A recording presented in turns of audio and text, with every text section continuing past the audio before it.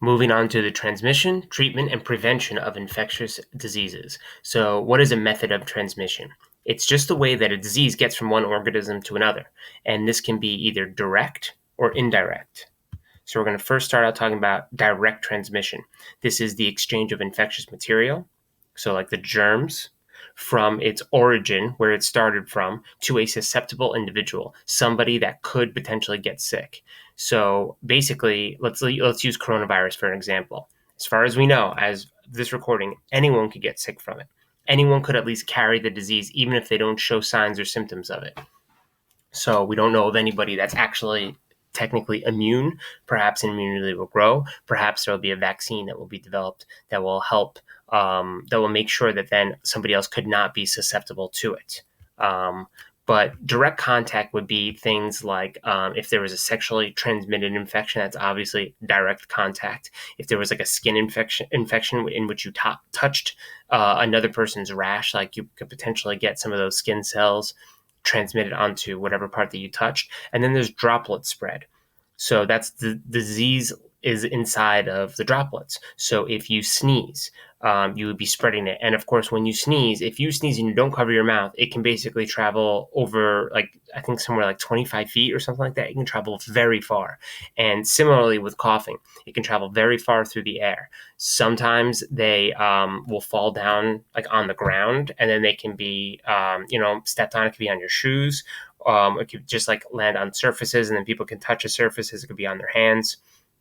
Or it could sometimes, depending on what it is, certain types of diseases are airborne, meaning that if you cough and now it's in the air, it can just linger in the air for a couple hours. And if anyone walks in that general area, they can then breathe it in. So we're going to talk about one example, HIV.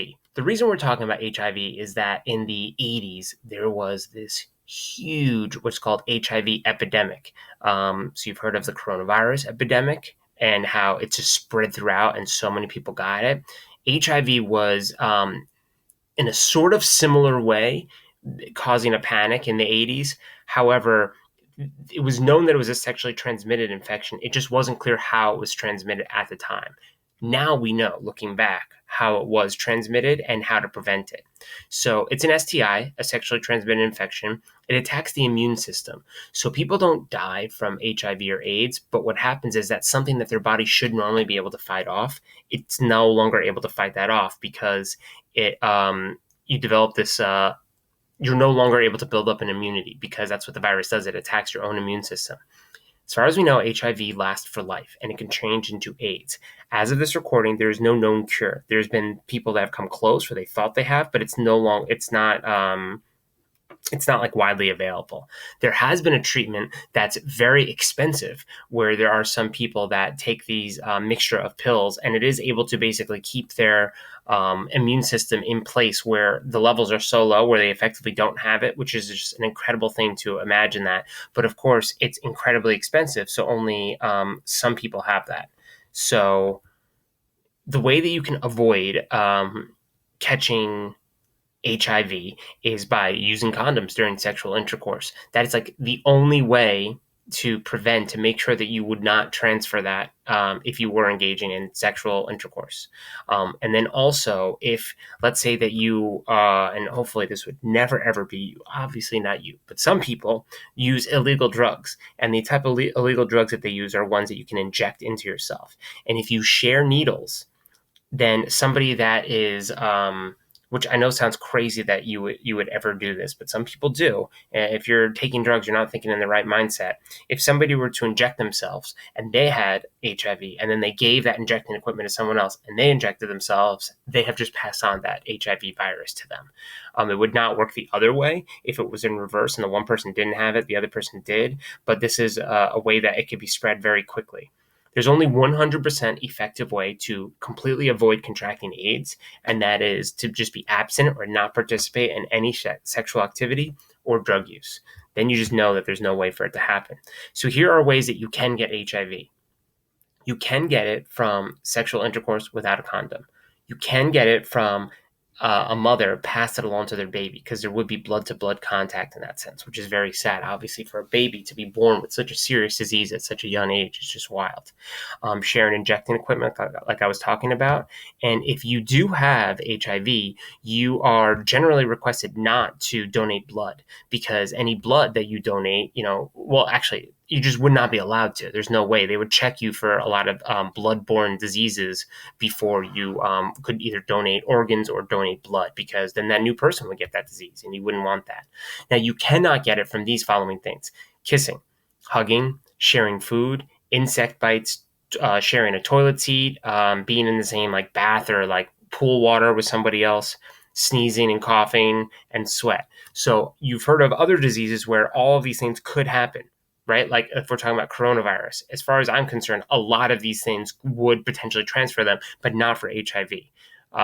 So people didn't know this at the time. They thought they can get it in any sort of way, but that was not the case. So infected people. So many infectious diseases are spread through some form of contact with the person who has a disease. So just shaking hands can be one of them. Direct physical contact. In infectious diseases could also be spread though through indirect contact. So here's some examples of indirect, meaning that if one person sneezed on you, or they sneezed on their hand, they shook their hand, yeah, that would be direct contact. But what about an animal? Sometimes animals can carry them without realizing it.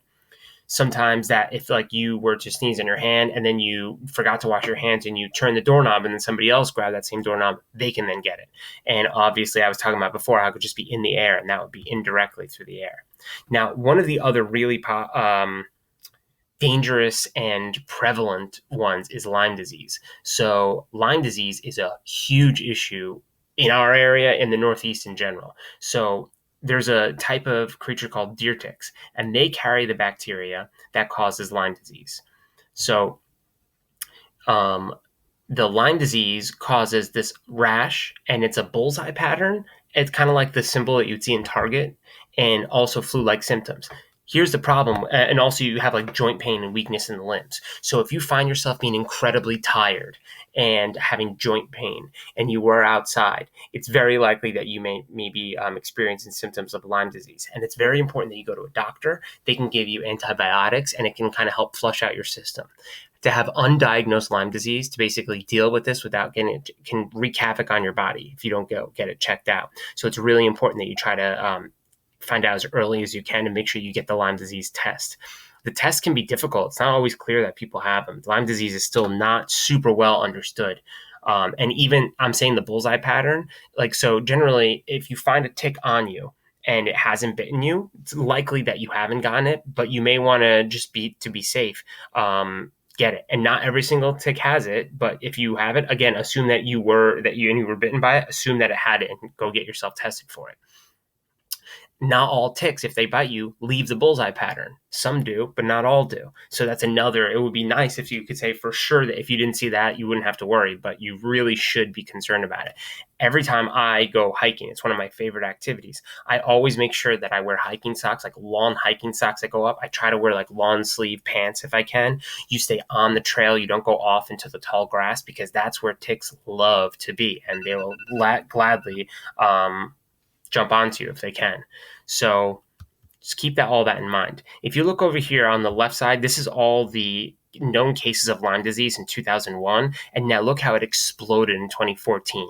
So Lyme disease is a very real thing. It's not going away anytime soon.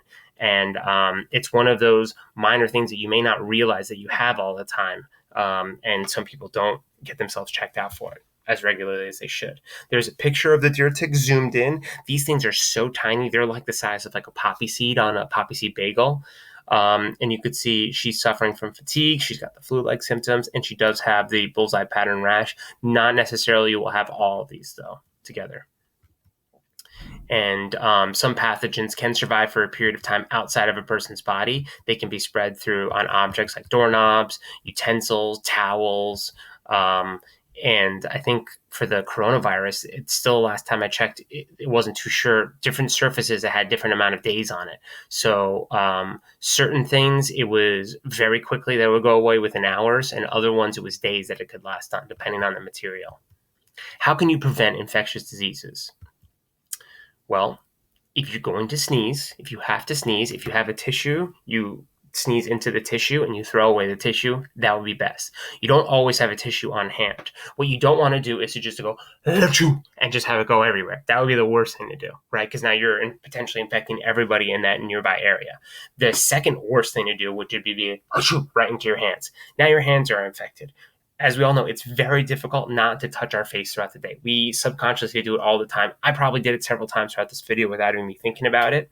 And so you're going to be able to transmit it that way. The next best thing, if you have nothing else, is to go right into your elbow right there. And it's unlikely that this part of your elbow is going to be touching most other things. So you can then later go and wash your hands and wash in that area and get rid of potentially any germs that are there. The last thing we're going to discuss is vaccines, or AKA vaccinations. So this is the last method for preventing infectious diseases. So this does not work for everything, but in terms of a virus, what it does is it prepares your body ahead of time for a potential virus that is coming to you that might attack your body. There's two ways to recover from this for your body to fight against it. One thing is that you can get the actual disease. If you happen to get the disease, then your body is going to start producing the antibodies and fighting against it. However, depending on the severity, how severe, how dangerous the disease is, it might be too late to fight against it. And you can have serious repercussions because of your body fighting against that disease. So one way to combat this is we get vaccines. So vaccines work in the way where if you were to take it ahead of time, it's almost like preparing your body for the disease that is potentially going to come later. It might never come, but if it does, your body is starting to prepare against it. And it's almost like showing the blueprint or the mugshot of the disease ahead of time. Then your body starts to go into overtime to prepare itself, say, okay, this disease is coming. This is what it looks like. We have the antibodies ready to go to fight against it rather than producing it after you get it. So vaccines have been made for all sorts of diseases for a really long time. The polio vaccine is one of the most celebrated inventions ever because of how many lives it potentially saved against it. There were diseases in the past, such as like the plague, where they did not have a vaccine for it. And the amount of number of people that died is just overwhelming to have such a deadly disease and nothing to basically combat it for that. So now there are a lot of vaccines to choose from for you to take. And if you have any concerns or thoughts about vaccines, of course, the best person to talk to is somebody that is an expert in this field.